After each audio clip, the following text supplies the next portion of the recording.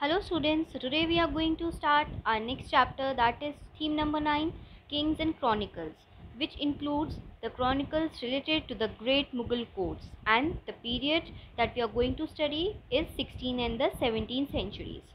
So as we start reading about the Mughal emperors, we need to know that the Mughal emperors, they claim themselves to be appointed by the divine will, which means that God has given them the will to rule over the subjects. और जितने भी सारे we know कि Mughal empire बहुत बड़ा था और जो पॉपुलेशन क्या थी वो हेट्रोजीनियस थी, which means people from different cultures and different tradition and different religion were part of the Mughal empire. So therefore it was very necessary for the emperor to legitimize his claim, and he legitimized his claim by saying that he has the divine will, मतलब God की मर्जी है, he is part of God and therefore he should be allowed to rule on the subjects.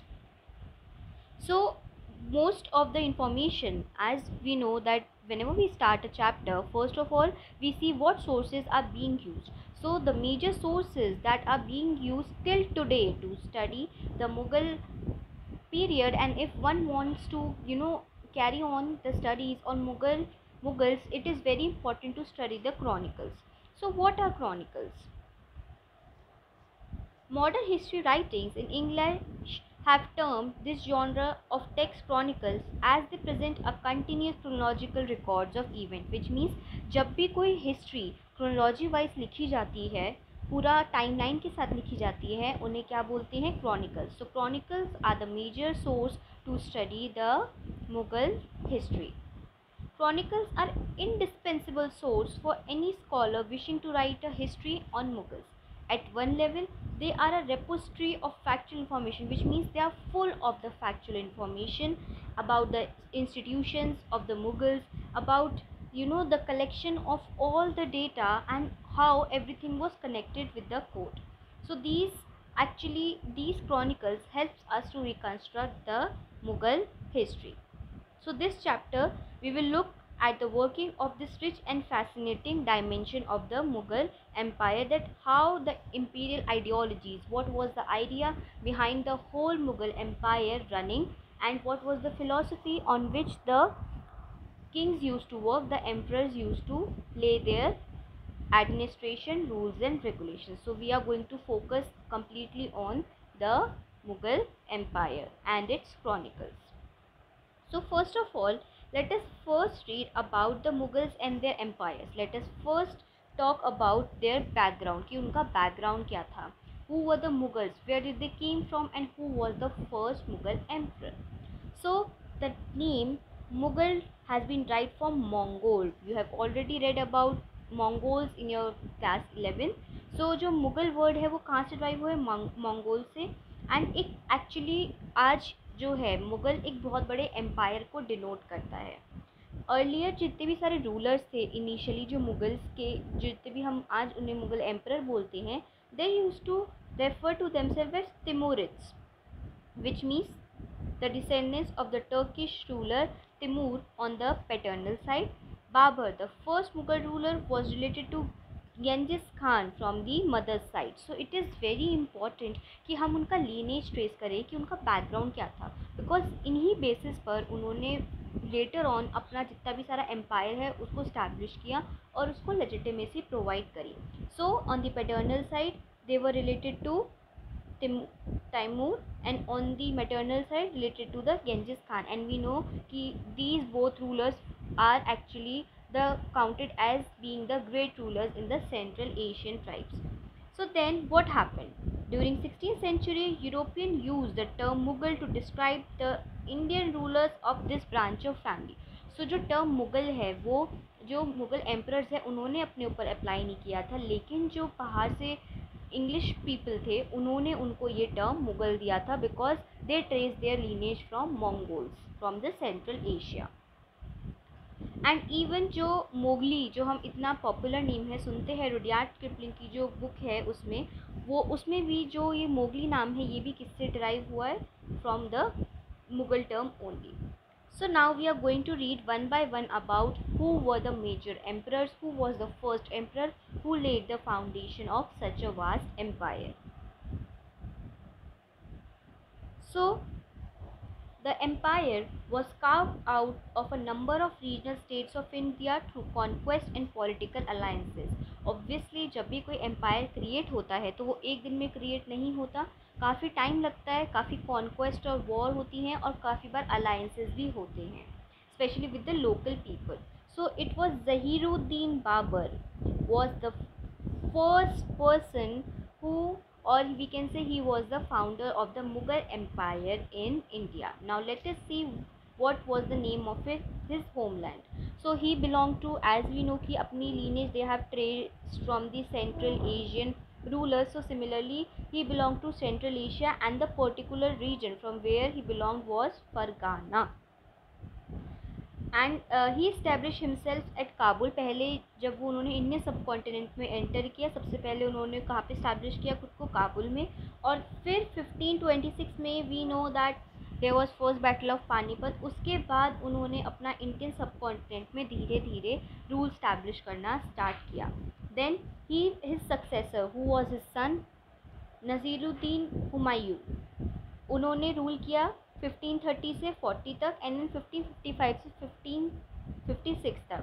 और उन्होंने जो empire के frontiers है, जो उसकी बाउंड्रीज है, उनको और एक्सपैंड किया. लेकिन जो इसके बीच का रूल है, which means from 40 to 55, actually he has to run away because he was defeated by an Afghan ruler जिनका नाम है शेर शाह. तो इस वजह से उनको काफ़ी टाइम तक छुप कर रहना पड़ा था. और उन्होंने the place where he stayed during this time of exile was with the Safavid ruler of Iran. So 1555 में हुमायूं ने फिर जो सूर्स हैं, जो शेरशाह सूरी है, उसको डिफीट किया. And then but unfortunately he just died after 1 year by falling from the stairs of his library. Then very popular name, many consider Jalaluddin Akbar the greatest of all the Mughal emperors, for he not only expanded but also consolidated the empire. Jalaluddin Akbar को सबसे ज़्यादा आप बोल सकते हो कि most powerful जो Mughal emperor है, who is he? He is Akbar. So he has reigned for about 50 years, that is from 1556 to 1605. उन्होंने सिर्फ एम्पायर को एक्सपैंड ही नहीं किया, लेकिन उसको एक प्रॉपर शेप दी और उसको कंसोलिडेट भी किया. उन्होंने उसको रिचेस्ट किंगडम उस टाइम पे ऑल ओवर द, आप बोल सकते हो सब कॉन्टिनेंट में सबसे ज़्यादा रिच, सबसे ज़्यादा पावरफुल किंगडम भी किसने क्रिएट किया? अकबर ने. बिकॉज उन्होंने सक्सेसफुली अपने फ्रंटियर्स कहाँ एक्सपैंड किए थे?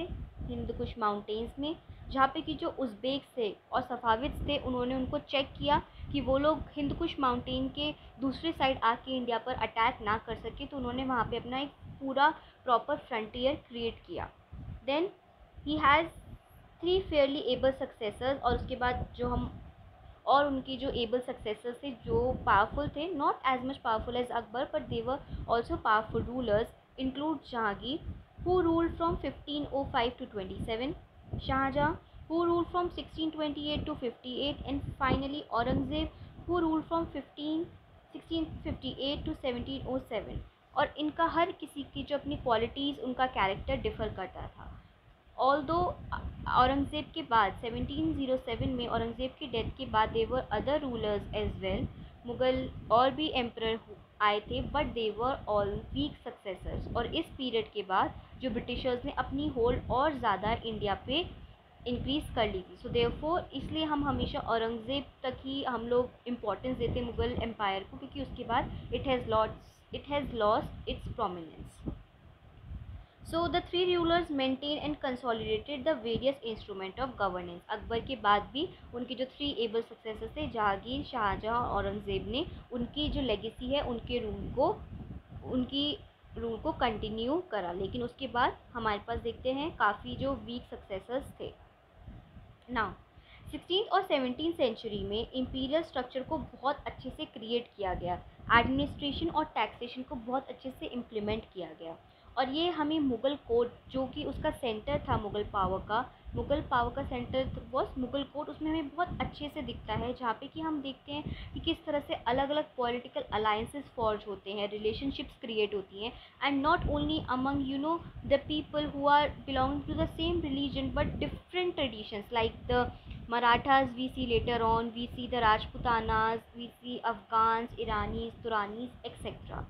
और हर किसी का स्टेटस वहाँ पे डिफाइन था, हायरार्की डिफाइन थी, that who is closest to the emperor and who is not. So everything was visible in the court, therefore it was the centre. Also, the military power was very strong of the Mughals because they were continuous on warfare. अगर अपना empire को expand करना है तो warfare में वो हमेशा they were involved with one ruler or the other, and therefore their military power was very strong. Now, after 1707, following the death of Aurangzeb, the power of dynasty diminished, as I have already told you. Empire पूरा जो था वो weak successors की वजह से empire पूरा expand की जगह now it started shrinking.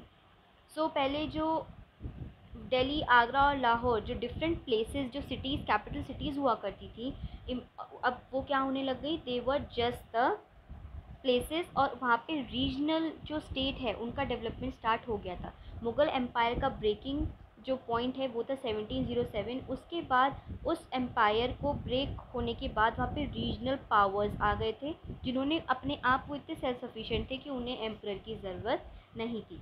And symbolically although 1857 तक Bahadur Shah Zafar was the last Mughal emperor.